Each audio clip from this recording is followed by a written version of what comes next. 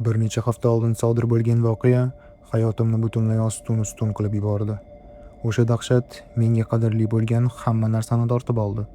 Endi esa qanday yashashni ham bilmayman. Chunki bu dunyoda eng qo'rqinchli horror filmlarda ham ko'rsatib bo'lmaydigan narsalar mavjudligini bilaman. Ular biz bilan yonma-yon tirik odamlar orasida yashaydi va istalgan payt paydo bo'lishi mumkin. Ularning kelishi esa faqat qayg'u, o'lim va ko'z yosh olib keladi. Men bu hikoyani odamlar hech bo'lmasa ozgina ogoh bo'lishi uchun yozyapman.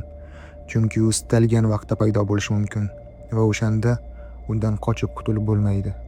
Men mo'jiza tufayli tirik qoldim, ammo buning uchun juda qimmat narx to'ladim. Mening oilam bor edi, go'zal xotinim va kichkina o'g'lim.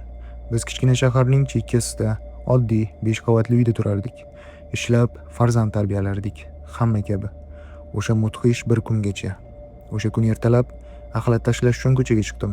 Podyezd eshigini ochib, tashqariga qadam qo'yishim bilan burnimga yoqimsiz hid urildi. Nimaga o'xshashini aniq ayta olmayman, lekin go'yo botqoqdagi sassiq suv hidi edi. Avvaliga bu hid qo'limdagi axlatlardan chiqyapti deb o'yladim. Bizning chiqindi qutilari uy burchagida joylashgandi va o'sha tomonga ketayotib, badbo'y hid chiqarayotgan ochiq kanalizatsiya lyukini ko'rdim.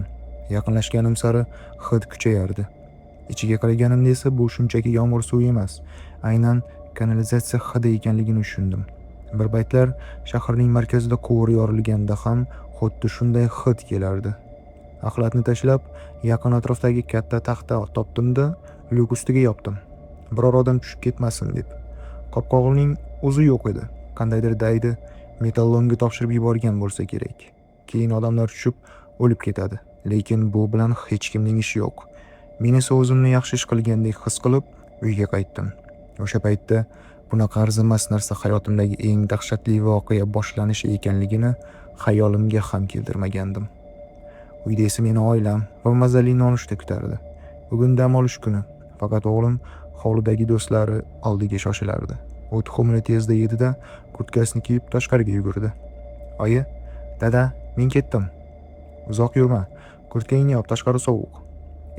Oyi!" U norozi ohangda kurtkasini yopdi-da, podyezddan yugurib chiqib ketdi. "Uy nega buncha sasyapti?" deb so'radi xotinim yuzini burishtirib. "Mendan kelyapti shekilli." "Nega? Axlatga ag'anab ketdingizmi?" "Kimdir kanalizatsiya qopqog'ini o'g'irlab ketibdi." "Boring, qo'lingizni yuving, kiyimlaringizni esa kirga tashlang." Xo'p. Shu tariqa kun boshlandi. Oddiy kunlardan biri kabi. Kun davomida YouTube'da yangilik ko'rib, o'yin o'ynab o'tirdim. Xotinim esa serial ko'rib, tirnoqlarini bo'yardi. O'g'lim tushlikka kirib chiqdi-da, yana ko'chaga yugurib chiqib ketdi. Ammo kechga yaqin bu osudalikdan asar ham qolmadi. Quyosh botib ko'cha chiroqlari yongan payt ayolim balkonga chiqib, o'g'limizni chaqirdi. "Maksim, uyga kir." U javob bermadi. Avvaliga bunga ahamiyat bermadik. U bolalari bilan boshqa hovliga yoki o'rmon tomonga yugurib ketishi odatiy hol edi. Lekin vaqt o'tib, soat 7-8 bo'lsa ham undan darak bo'lmadi. Ayolim vahimaga tusha boshladi. "Qayerda yuribdi o'zi?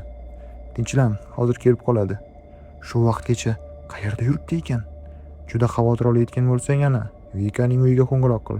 Qiz uyga kelganmi so'ra." "Ha, hozir." U tezda oshxonaga kirib telefon qila boshladi. Bir necha daqiqadan keyin u qo'lida telefon bilan xonaga yugurib kirdi. Ko'rinishidan hozir yig'lab yuboradigandek tuyulardi. Shunda vaziyat jiddiyligini tushundim. "Nima bo'ldi?" "Vikaning qizi allaqachon 3 soatdan beri uyda dars qilayotganmish. Balki Maksimdan oldinroq uyga qaytgandir." "Yo'q, hammasi birga tarqalishgan ekan." "Maksim o'sha paytda qayerda bo'lganini so'radingmi?" "So'radim. Ular bilan birga uy tomonga ketgan ekan." "Agar biror narsa bo'lgan bo'lsa-chi, men uni qidirishga chiqaman. Soat deyarli 10 bo'ldi. Hanuz daragi yo'q." Ayolim yig'lab kurtkasini kiya boshladi. "Birga boramiz. Hozir men ham chiqaman." Biz kvartiradan tashqariga chiqib, hovliga tushdik. Atrof jimjit edi. Hatto kun bo'yi podyezd oldida o'tiradigan kampirlar ham uyga kirib ketib bo'lishgandi. Tashqari ancha sovuq. Ustiga ustak Maksim ham bunaqa ob-havoni yoqtirmasdi. "Maksim, o'g'lim, qayerdasan?" deb qichqirardik. Butun hovlini tutib chiqdik. O'rmon tomonga bordik. Qo'shni hovlilarni ham aylanib chiqdik. Lekin hech kim yo'q edi. Shunda ichimdan haqiqatdan ham yomon narsa bo'lganini his qila boshladim. Yuragim tobora tez ura boshladi. Xotinim haqida esa gapirmasa ham bo'ladi. U deyarli zo'rg'a tinchlanayotgandi. Yana yarim soat qidirgach chidolmadim va politsiyaga qo'ng'iroq qildim. Politsiya mashinalari ko'p kutirmadi. 10 daqiqalarda pod'ezd oldida turardi. Forma kiyganlar bolamizning barcha belgilarini yozib olishardi. Bo'yi, soch rangi, ko'zlari, oxirgi kiygan kiyimi. Ular albatta topamiz, hammasi yaxshi bo'ladi deb tinchlantirishardi. Keyin ratsiya orqali yana kimnidir chaqirishdi. Ma'lum bo'lishicha, kinolog ekan. Katta ovcharka it bilan keldi. Biz itga Maksimning boshqa kurtkasini hidlatdik va yana qidiruvga tushdik. Afsuski, natija bo'lmadi. Hovli, podvallar, chordoqlar, hatto o'rmonni yana bir bor tintib chiqdik. Hech narsa yo'q, hech kim topilmayotgandi. Faqat bir g'alati holatni sezdim. O'sha ertalab taxta yopib qo'ygan kanalizatsiya luki yonidan o'tayotganimizda it unga yaqinlashishdan qat'iyan bosh tortdi. Boshqa joylarda bemalol yugurib hid olib yurardi. Lekin bu yerda kinolog yoniga tiqilib olib, ingrar, oldinga bir qadam ham bosmasdi. Aynan o'sha lyuk yonidan o'tayotganimdan keyin qidiruv ham deyarli to'xtadi. Itdan foyda qolmadi. Go'yo Maksim yer yorilib ichiga kirib ketgandek edi. Balki uni kimdir o'g'irlab ketgandir, dedi yig'layotgan xotinim politsiyachilarga. Ishoning, odatda boy oilalilarning bolalarini o'g'irlashadi. Chekkadagi kichik shaharchadan oddiy bolani emas. Shuning uchun bu ehtimoldan yiroq. Unda qayerda u? Tinchlaning. Biz qo'limizdan kelgan hamma ishni qilamiz. Yordamchi kuchlarni jalb qilamiz. Farzandingizni albatta topamiz. Lekin mening xayolimdan o'sha lyuk va undan kelayotgan hid ketmayotgandi. Balki kanalizatsiya ichiga tushib ketgandir. Axir usti ochiq-ku. Yuring, ko'rib chiqamiz, dedi bir politsiyachi. Biz lyuk oldiga bordik. Men taxtani oldim. Politsiyachi esa ichiga fonar tushirdi. Ichkarida yarim metrgacha kir suv va suzib yurgan jirkanch narsalardan boshqa hech nima yo'q edi. Keyin tez yordam keldi. Ayolimning ahvoli butunlay yomonlashdi. Isitmasi ko'tarildi, titray boshladi, nafasi qisardi. Oddiy qilib aytganda, kuchli vahima xurujiga tushib qolgandi. Uyga kirganimizdan keyin shifokorlar unga ukol qilishdi. Biroz tinchlandi va keyin uxlab qoldi. Ochig'i, men ham sinish arafasida turardim. Lekin qandaydir mo'jiza bilan hali o'zimni ushlab turardim. O'g'limni qidirish esa tun bo'yi davom etdi. Favqulodda vaziyat xodimlari kelib, har bir qariq joyni tekshirishdi. Ammo baribir biz o'g'limizni topa olmadik. Endi esa yomon narsa bo'lganiga shubham qolmagandi. Lekin aynan nima bo'lganini hali bilmasdim. O'sha tun juda uzoq va azobli tuyulardi. Uyqu bosardi. Politsiyachilardan biri uyga kirib dam olishimni aytdi. Sizdan hozir foyda kam. Biz o'zimiz davom ettiramiz, dedi u. Uyga kirib, oshxonada o'tirib uzoq o'yladim. Gapni aylantirib o'tirmay aytaman. Maksimni na o'sha kuni, na undan keyingi kuni topa olishdi. Bu dahshatli xabarni politsiyachilardan biri menga aytdi. Ular qidiruvni to'xtatmasligini, biror yangilik bo'lsa, albatta qo'ng'iroq qilishlarini ham qo'shib qo'ydi. Mana shunday qilib, 2 kun ichida hayotim ag'dar-to'ntar bo'lib ketdi. O'sha paytdagi holatimni hatto dushmanimga ham ravo ko'rmayman. Men ovqat yemay, suv ichmay qo'ydim. Men va xotinim kvartirada xuddi arvohlardek yurardik. Hatto gaplashmasdik ham. Liza barcha ko'z yoshlarini yig'lab to'kib bo'lgandi. Men esa endi qanday yashashni bilmasdim. Bu dahshatning 4-kunida yana bir xabar tarqaldi. Hovlimizda boshqa bolalar ham yo'qola boshlagan ekan. Hammasi Maksim bilan o'sha kecha o'ynagan tengqurlari edi. Hovlimizga tobora ko'proq politsiya mashinalari kelardi. Hatto shu atrofda qandaydir maniak paydo bo'lgan degan taxminlar ham tarqala boshladi. Chunki boshqa izoh topa olishmayotgandi. Butun hududni qayta tintuv qilishdi. Lekin birorta ham iz topilmadi. Go'yo bolalar yer yorilib ichiga kirib ketishgandek edi. Kecha kunduzi uyda yolg'iz qolib ketdim. Xotinimni yana tez yordam olib ketdi. Ahvoli butunlay yomonlashgandi. Shahar kasalxonasiga yotqizishdi. Bir paytlar xotinim va bolamning mehri bilan to'la bo'lgan uyim endi sovuq, g'orga o'xshab qolgandi. u yerdan qochib ketgim kelardi. Lekin ichimda hali ham o'g'lim tirik bo'lishi mumkin degan umid bor edi. Ko'chaga havo olish uchun chiqdim.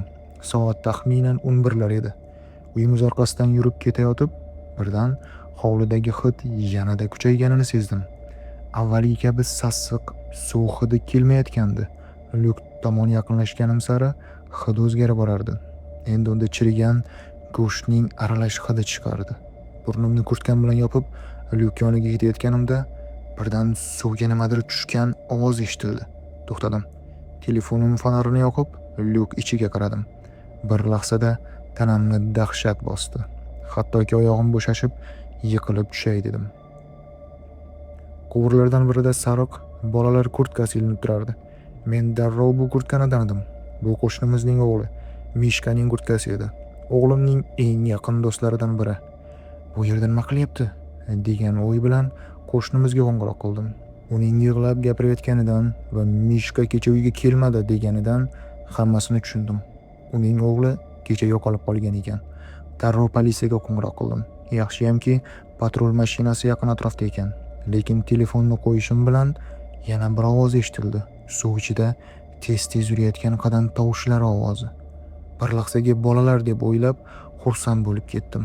Vaqtni boy bermay, burnimni yanada qattiq yopib, Lyuk ichiga tushdim. Hid chidab bo'lmas darajada edi. Hatto kurtkam orqali ham o'tib, o'pkamga kirayotgandi. Ko'nglim ayniy boshladi.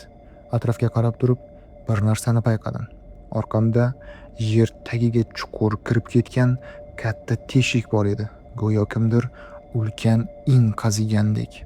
Shu payt qiziqishim menga eng katta xatoni qildirdi.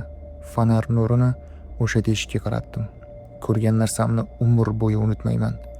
U yerda bolalarning jasadlari yotardi. Aniqrog'i ulardan qolgan qoldiqlar, ayrimlari deyarli butun, ayrimlari esa allaqachon chirib ketgan. Jasadlar oqarib ketgan qurtlar go'shtlarini kemirardi. Ba'zilarining tanasi sariq, yopishqoq massaga aylanib qolgandi. Va shu jasadlar orasida o'g'limni ham ko'rdim. Aniqrog'i, uning yuqori qismini, tanasi allaqachon chiriy boshlagandi. O'sha paytda nimalarni his qilganimni tasavvur ham qila olmaysiz.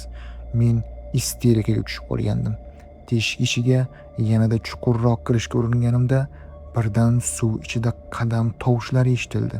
Men egilib, tovush kelayotgan tomonga qaradim va deyarli o'sha chirigan jasadlar uyumiga yiqilib tushay dedim. Mendan taxminan 10 metr narida yana qandaydir bo'shliq bor edi. O'sha yerda nimadir turardi. Men unga atiga bir lahzaga telefon fonarini qaratdim va o'sha zahoti telefon qo'limdan chiqib, murdalar bilan to'lgan suvga tushib ketdi. Lekin o'sha bir soniya ham yetarli bo'ldi. Qarshimda odamga o'xshash qandaydir g'ayri tabiiy maxluq turardi. U 4 oyoqlab turar, menga tikilib qarardi. Boshiga esa go'yo bolaning yuzini tortib kiyib olgandek edi. O'sha yerda yotgan bolalardan birining yuzini. Boshi g'alati qiyshayib, yon tomonga burilib ketgandi. U bolalar kiyimini kiyib olgan, kalta yenglaridan ulkan, uzun qo'llari chiqib turardi va ular suvni shapillatib dahshatli tovushlar chiqarardi. Men qotib qolgancha unga tikilib turardim. Hattoki qimirla olmasdim ham. Keyin esa hammasini o'zgartiradigan lahza keldi. U maxluq og'zini katta ochdi. Ichida chirigan sariq tishlar ko'rindi va birdan shunday qichqirdiki, tanamdagi barcha tuklar tikka bo'lib ketdi. Shunda bu yerda qolish o'lim bilan tengligini tushundim. Jon holatda orqaga o'girilib yugurdim. Teshikdan chiqishga urinardim.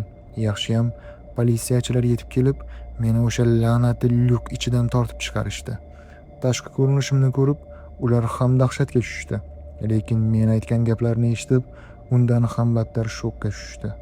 Men ularga bolalarning jasadlari haqida ham, bolalar yuzini kiyib olgan o'sha tishli maxluq haqida ham gapirib berdim. Avvaliga ular ishonishmadi. Lekin kanalizatsiya ichidan yana o'sha qichqiriq eshitilgach, ular bir-biriga qarab xizmat qurollarini chiqarishdi va bittadan lyuk ichiga tushdi. Men esa ularni kutib turmadim. Bor kuchim bilan uyim tomon yugurdim. Keyin bilsam, O'sha ikki politsiyachini boshqa hech kim ko'rmabdi.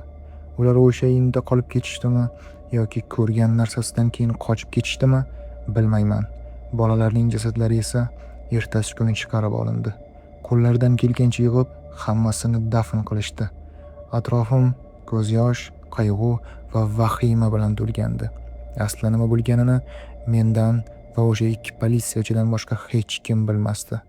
Xotinim esa bularni eshitgach, asta-sekin aqldan o'za boshladi. Kasalxonada yotganida hatto o'z joniga qasd qilishga ham urindi. Yaxshiyam sanitarlar vaqtida yetib kelib qolishgan. Endi qanday yashashni bilmayman. Agar siz hozir buni eshitayotgan bo'lsangiz, iltimos, ehtiyot bo'ling. Ochiq kanalizatsiya lyuklaridan uzoq yuring. Chunki ularning ichida nima yashayotganini hech kim bilmaydi. Endi tasavvur qilib ko'ring. Agar siz hikoyamiz qahramoni o'rnida bo'lganingizda, o'g'lingiz uchun nimalar qilgan bo'lardingiz? O'g'lingiz uchun maxluqdan qasos olarmidingiz yoki taqdirga tan berib, bo'lgan voqealarni unutishga harakat qilarmidingiz? Ko'proq shunday hikoyalar chiqishiga o'z hissangizni qo'shmoqchi bo'lsangiz, kanalni qo'llab-quvvatlashingiz mumkinligini eslatib o'tmoqchiman. Va agar kanalga obuna bo'lmagan bo'lsangiz, obuna bo'lishni esingizdan chiqarmang.